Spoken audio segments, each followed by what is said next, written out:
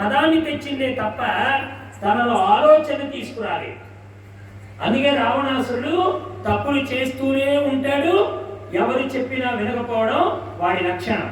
ఇప్పుడు ఆంజనేయుడు ఏం చేస్తున్నాడు, ఇక్కడ కూర్చొని ఉంగరం ఎవరికైనా ఇవ్వాలా అని ఆలోచిస్తుంటే జాంబవంతుడు అన్నాడు, హనుమా, పూర్వం నువ్వు చిన్నప్పుడు ఓ పండుగ తలచి సూర్యుడి వైపుకు ప్రయాణం చేశావు కదా, అప్పుడు సూర్యుడికి భూమికి ఉన్నటువంటి దూరం 300 యోజనాలు. 300 యోజనాల దూరం. యుగ సహస్ర యోజన పరభాను ఈల్యోతాహి మొదల ఫలజాను.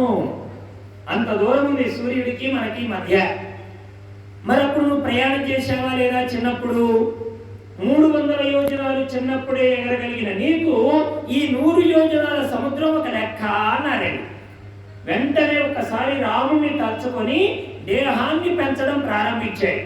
తతో రావణ నీతాయా సీతాయా శత్రుకర్షణ ఏష పదమన్వేష్టం చారణ చరితే పది. ఇది రామాయణంలో సుందరకాండలో మొట్టమొదటి శ్లోకం అండి. సుందరకాండ ప్రారంభ శ్లోకం ఏంటంటే తతో రావణ నీతాయా. రామాయణం ఎన్ని శ్లోకాలండి? మొత్తం 24,000. అసలు రామాయణ శ్లోకాలన్నీ 100 కోట్లు. శతకోటి ప్రవిస్తరం. కైలాసంలో పార్వతీదేవితో పరమేశ్వరుడు చెప్పిన శ్లోకాలు 100 కోట్లు. 24,000 చదవడానికే మనకి జీవితం సరిపోవడంలే. 24,000 శ్లోకాలు చదవడానికే సమయం దొరకడంలా మనకి. ఎన్ని సీరియల్ అండి, దాని దిక్కుమాలిన సీరియల్ పాడుగాను. మనకి తీరికుండే సోఫాలో కూర్చోవాలే కానీ మనం చచ్చిపోయినాక వస్తూనే ఉంటాయి.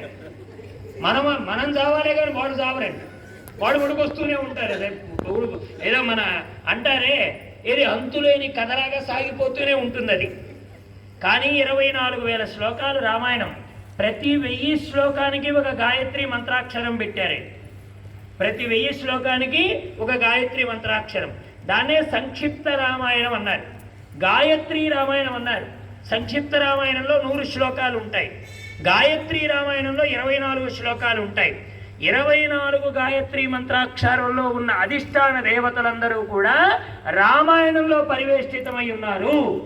కాబట్టి నువ్వు రామాయణం చదివావంటే గాయత్రి మంత్రాన్ని పఠించిన పుణ్యం, వేదాన్ని చదివినంత పుణ్యం. ఇదం పవిత్రం పాపఘ్నం పుణ్యం వేదైచ్చ సమన్వితమని మనకు రామాయణంలో చెప్పారు. ఇదం పవిత్రం. రామాయణానికి ఎన్ని పేర్లు ఉన్నాయో చూడండి. ఇది పవిత్రము అన్నారు. పవిత్రం అంటే అర్థం ఏమిటి? విన్నా కానీ భగవంతుడి యొక్క స్ఫురణ కలగనట్టుగా. అంటే మీకు బాగా అర్థమయ్యేటట్టు చెప్పాలంటే, బ్లౌజ్ తొడుక్కున్నవాడు కరెంటు తీగని పట్టుకున్నట్టుగా. గ్లౌజ్ తెలుసుగా మీకు? కరెంటు పని చేసేవాళ్ళు గ్లౌజ్ వేసుకుంటారు. వాడు కరెంటు తీగని పట్టుకున్నాడటండి. ఇప్పుడు కరెంటు షాకు వాడిని కొడుతుందా? గ్లౌజ్ వేసు చెప్పండి.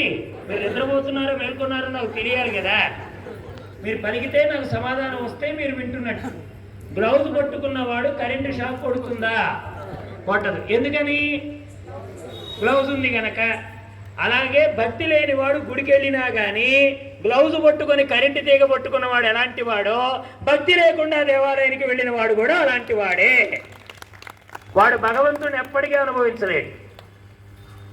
ఏమండి, ఒక ఆవిడటండి, పక్కింటి ఆవిడకి పరుసువేది దొరికిందట. పరుసువేది అంటే తెలుసునా? ఇనుమురు బంగారం చేసేదండి పరుసువేది. ఈ పరుసువేది ముట్టుకుంటే ప్రతిదీ బంగారం అవుతుందట. పక్కింటి ఆవిడకి తెలిసింది ఆ విషయం. తెలిసి వెళ్ళి అడిగింది, వదినా ఒకసారి ఆ పరుసు ఇది నేను నీకు ఇచ్చినట్టు తెలిస్తే మీ అన్నయ్య గారు ఒప్పుకోరు, మీ అన్నయ్య గారు ఏ క్షణమైనా రావచ్చు, ఓ 10 నిమిషాలు మాత్రమే అవకాశం ఇస్తున్నాను, నువ్వు తీసుకెళ్ళి త్వరగా తీసుకురా అని ఆవిడ లోపలికి వెళ్ళి ఒక ఇనుప డబ్బాలో పరుసు వేదిని పట్టుకొచ్చింది. దేనిలో పట్టుకొచ్చింది? ఇనుప డబ్బాలో. ఇప్పుడు ఆ ఇనుప డబ్బాను తెచ్చి ఎదురింటి ఆవిడికి ఇస్తుంది. ఇదిగో వదినా తీసుకో. ఆవిడ అంటుంది, ఇది పరుసు వేది కాదు,